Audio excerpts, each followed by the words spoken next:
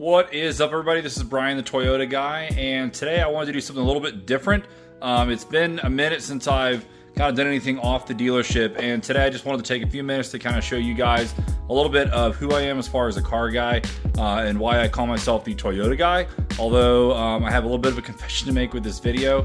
I have cars that are not Toyotas. I know, mind blown, but I don't think it's going to be an issue because most people have a mixed fleet as well. I'd like to show you guys a little bit of what I have. That way you can kind of get an understanding of what my interests are and, you know, what I gravitate towards and why I might have some certain opinions on cars like I do.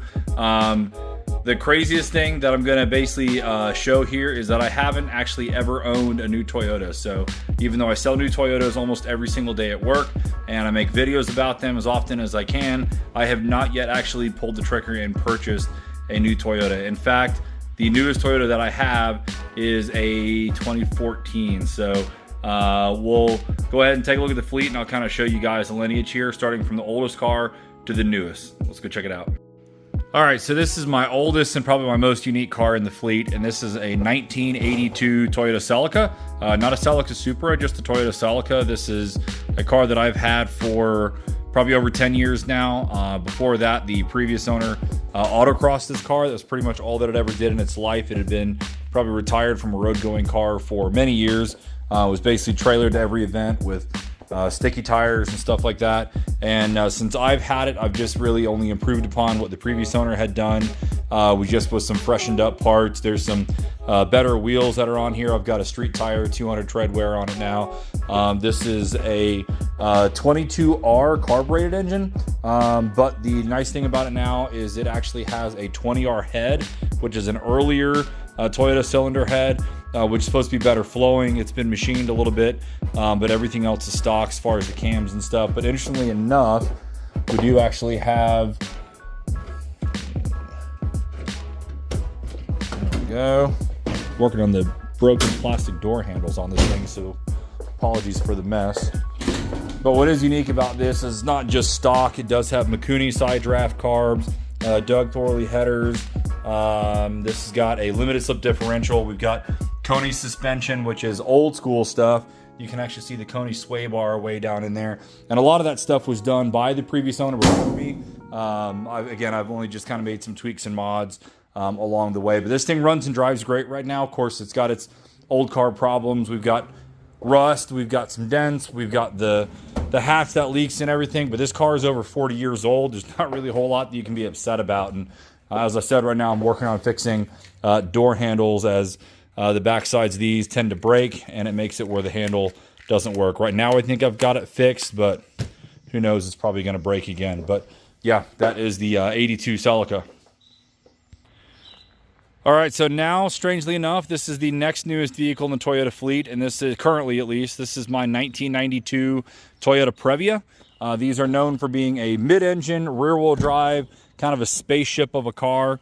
I feel like everybody has had at least one of these in their family at some point, or has had friends that had one. But I love this thing. I paid $600 for this forever ago, running and driving with dry rotted tires. Moved it all the way from Kingsport, Tennessee to Asheville. And this was pre-pandemic, so this was like 2019. And the cool part was, before I started really doing a whole lot of work on this, as I was doing a whole lot of work on this is when the pandemic broke out, and I was able to get a lot of stuff done. These are actually RAV4 wheels. These are 90s era RAV4 wheels. I'm a huge fan of the 3-spoke style. Window tint, I actually lowered it and put fresh suspension on. Kind of went through and fixed up the AC. Believe it or not, this thing is a mess in here right now as well. It's kind of my pickup truck, but we've got a stereo. There's a little subwoofer that's underneath the seat.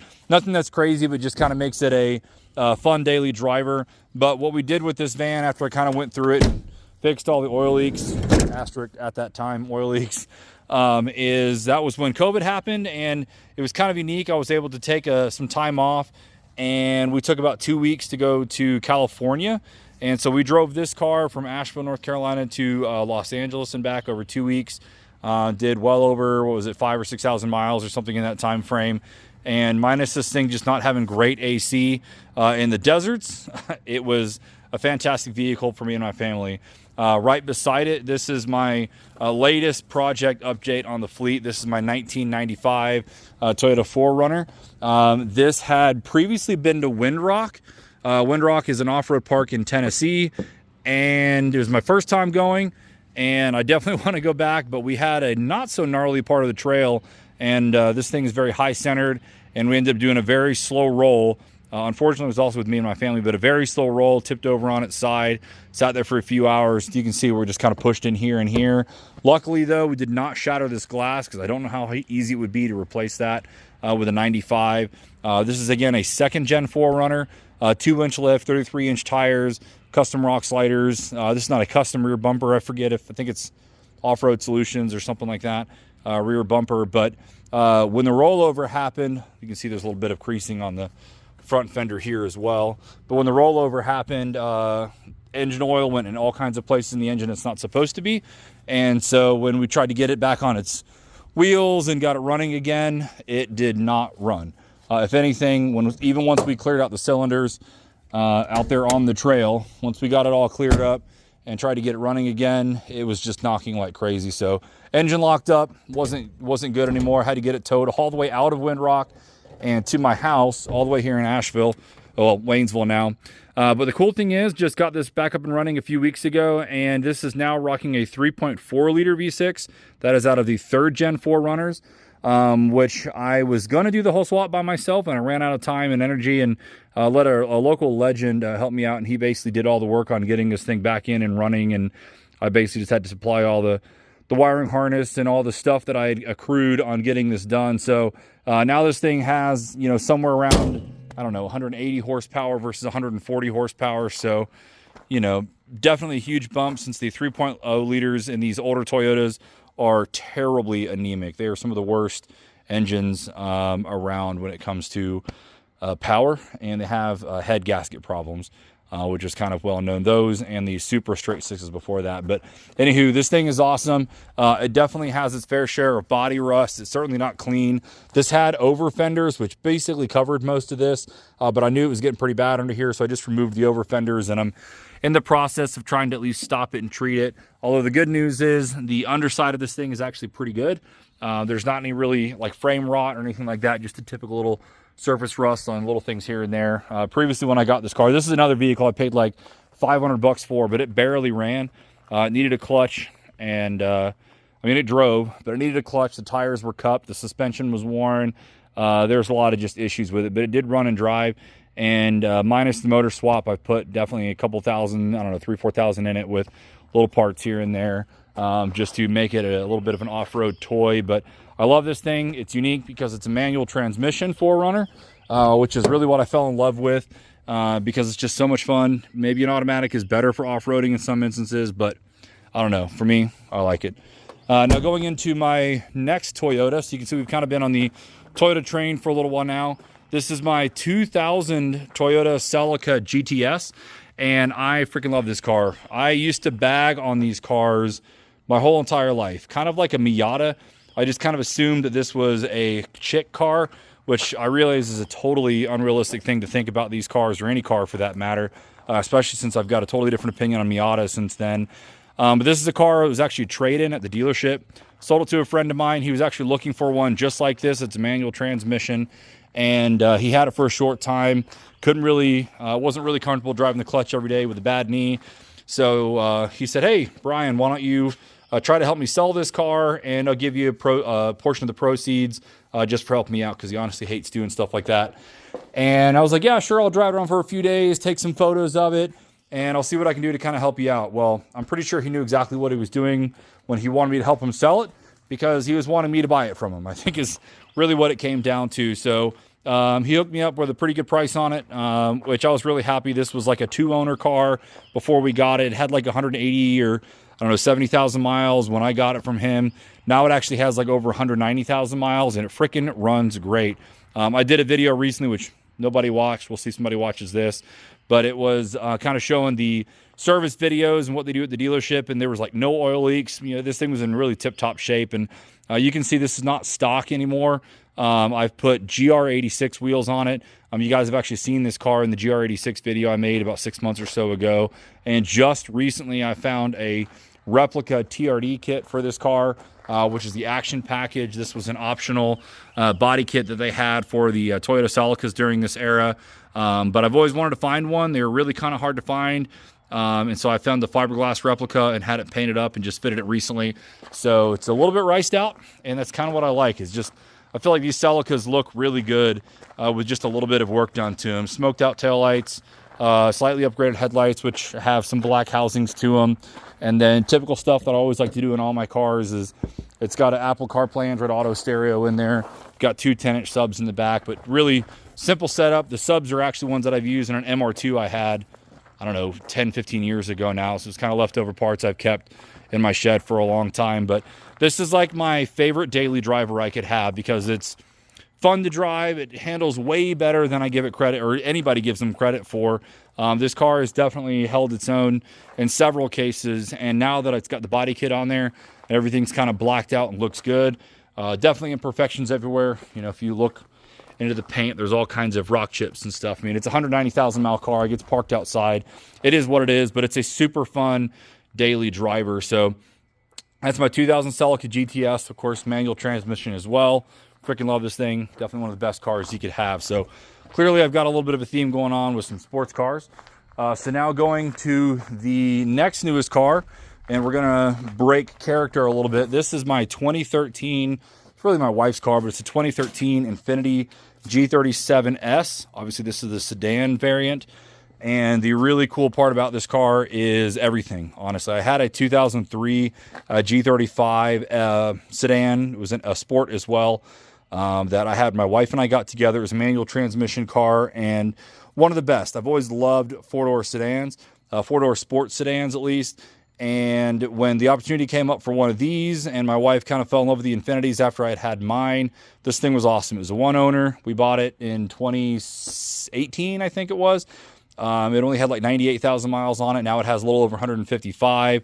And this has actually been one of the most reliable cars I've ever owned. It's due for some maintenance, like some belts and stuff like that, just stuff that a 150,000 mile car is going to need.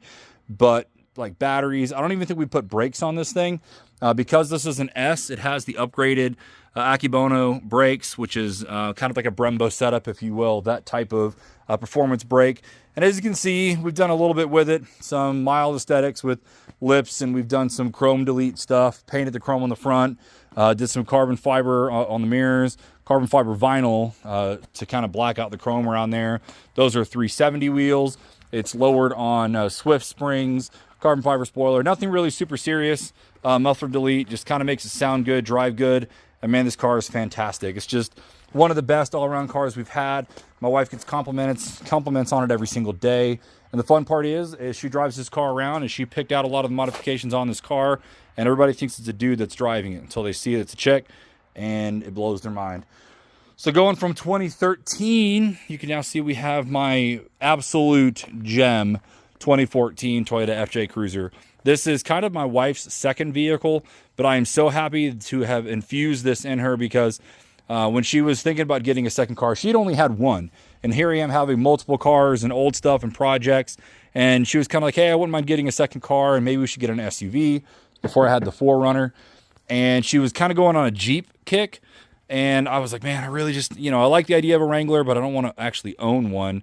So when I was able to kind of talk her into an FJ, this thing was also a dealer trade-in at the lot, popped up, and it's a 14 FJ. It's a Trail Teams Ultimate Edition, which is the last year that they had the Trail Teams Edition. This is effectively a TRD Pro FJ Cruiser. It's got TRD suspension, which actually has a slight lift to it. You can see in here barely. I don't know if I'm going to be able to really get in there, but it's got a slight suspension lift from the factory. The TRD wheels, I put the 285s on there, which is almost a 33-inch tire. Stock everything else, though. We haven't done a thing to this. Just kept it clean. And this was kind of an interesting trade. This car had been sitting outside of the previous owner's home for like 2 years. It was under a tree. It was covered in tree sap. It was smelled of rat urine and stuff like that. It had flat tires that were also cupped. It was just in really terrible shape. The battery had gone dead. It didn't run. And so when the used car manager traded it in, it was just covered in grime and filth and all of the old pollen stuff that just kind of turns the mold. It looked disgusting. And he was going to wholesale it. And I was like, whoa, whoa, whoa. And it's got 130-something thousand miles when we got it. So he was like, well, that's definitely a wholesale piece. It's going to take us a lot of money to get it back up and running. And, you know, who knows what it's going to need and what the smell is. And I was like, whoa, whoa, whoa, let me buy this. I was like, I'll put a battery in it. If it cranks up and runs, I'll fix the rest. So he's like, deal. So I got a pretty good deal on this. And this was during the COVID era. So thankfully I was able to score an FJ at a reasonable price. I say reasonable because still paying $20,000-$30,000 for these cars when they're, you know, 10 plus years old just blows my mind, especially with the miles on them. But this has been fantastic. This is the main reason why I will never own a newer 4Runner, even though I talk about them in my videos. This is the best parts of a 4Runner. It's got the 4-liter. It's got pretty much the same suspension, but it's got so much better character. Not everybody can really daily drive these things because they do have some awkward and awful blind spots back here. And there's technically a backup camera on this, but it's super small and only in the mirror. It's kind of old school Toyota technology. The Bluetooth works, but it's kind of lame. But it's just such a great car to drive. My wife actually just recently took this on a road trip to Wisconsin and back and does fantastic. I mean, didn't have any problems at all. And I wasn't really expecting that to be a problem, honestly, anyway, just because it's such a good car.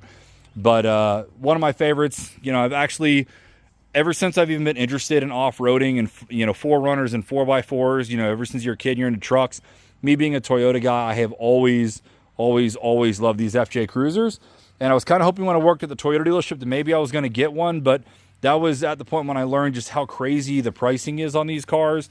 And that's why I'm still so happy to have one now. This is like one of my bucket list, realistic dream cars. And I'm happy that my wife drives it every day and I can crank it up whenever I want to as well.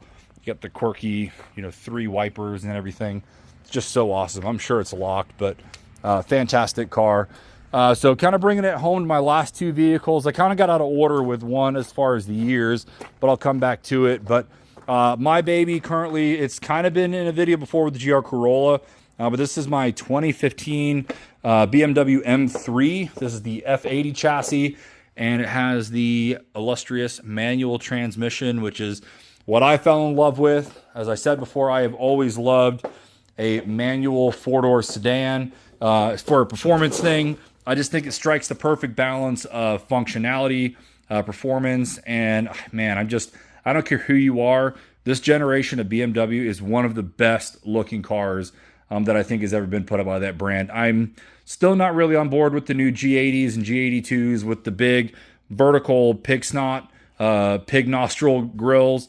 You know, I know the performance is there. It would smoke this thing in every capacity, but this is just one of the best styling. And if you can't tell, I have a propensity to gravitate to blue, and I love this color. It's called Yas, Y-A-S, Marina Blue, which is named after a racetrack, a racing circuit, and they use this color blue in some of their racetrack design.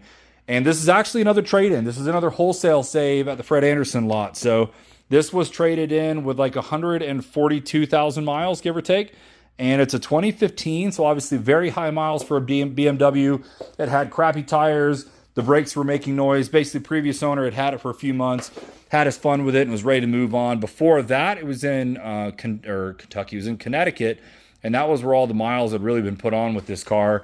And when I saw the ownership history and I saw it had a lot of BMW maintenance, at the time I actually had a F30 BMW. These are all some of my cars. So I had this black F30 BMW, which was a turbo 4-cylinder and a 6-speed manual as well. And it's very much related to this chassis, but obviously at the other end of the spectrum when it comes to performance and everything. So I already had a little bit of trust and confidence in the BMWs because of this car, and was wanting to modify it and do more to it. So when this car became available, I knew I had to have it.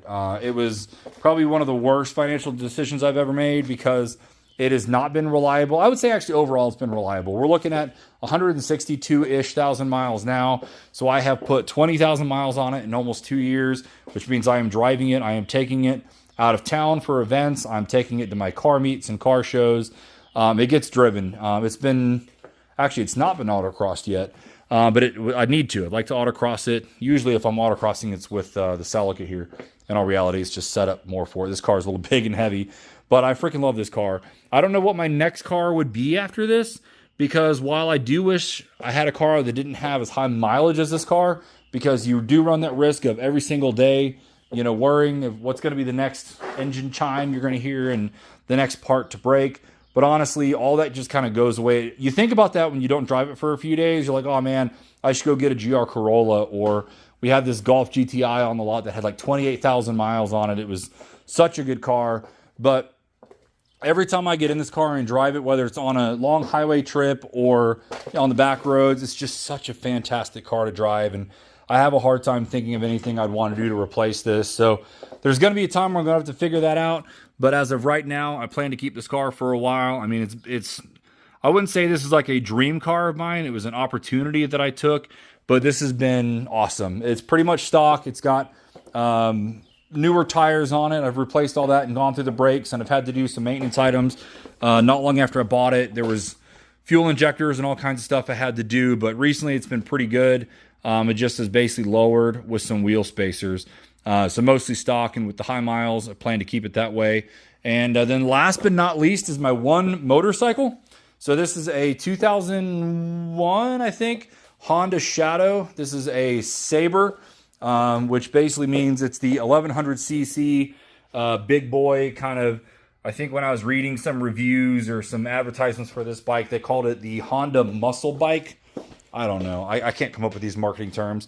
But they say that because it's got a lower gear ratio on the Sabres compared to some of the other Honda Classics and things like that. So it's supposed to have a torquier first and second gear. So it kind of gives it some off-the-line grunt. But definitely a quick bike for a cruiser. I don't know the specs on it, how much horsepower. This was actually another trade-in from my previous employer when I worked over at the Ford dealership where I got started making the videos. But this was another kind of situation, another wholesale save.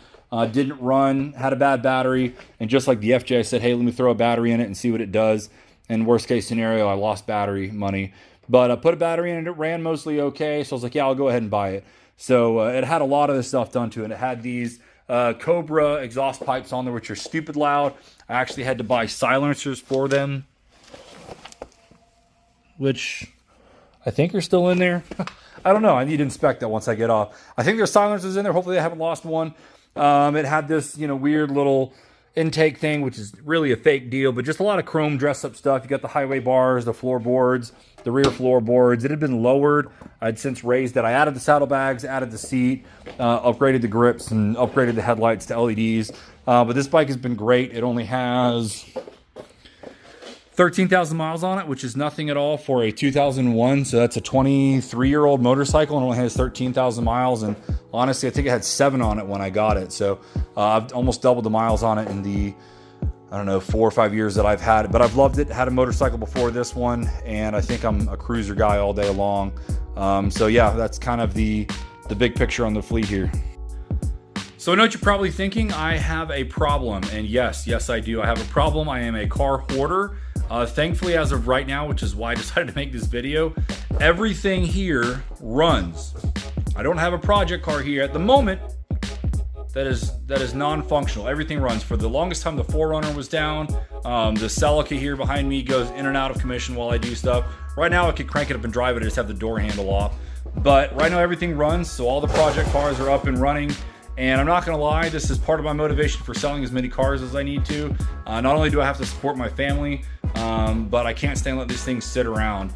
I like to have everything up and running, and I'm trying to not take on other stuff. But as you can kind of see, I've got a wide spread of stuff that I'm into. I really do love my older Toyotas. You can see, I'll bring it over here to my picture wall again. Looking at the cars, I've been to Tail of Dragon and stuff, but that was my 87 MR2 I had for a long time. You can see on this photo here, this was a 91 MR2 that I had with a motor swap.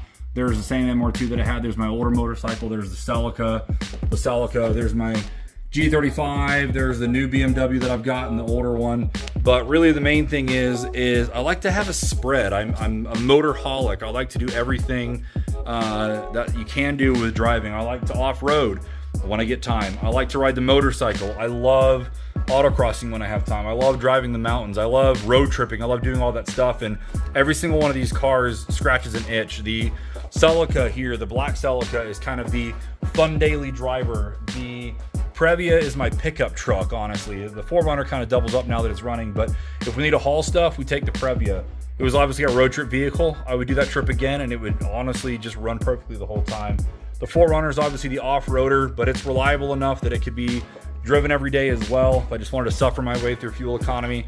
Of course, my wife has the Infiniti and the FJ, so she's got kind of her fun daily driver and kind of the fun, unique car. And then, of course, the BMW M3 here is kind of the looker. It's the one that, you know, everybody wants to ask about, and, you know, everything there. It's the one I take to my car meets and all of that. So, you know, it's a wide spread of things here, but certainly am a Toyota guy at heart, if you can't tell. I mean, I've got all over this garage all kinds of Toyota stuff. I mean, good Lord, I've got busted Toyota wheels, a couple of them that I've had from cars and wrecks and stuff in the past. I've got Toyota posters.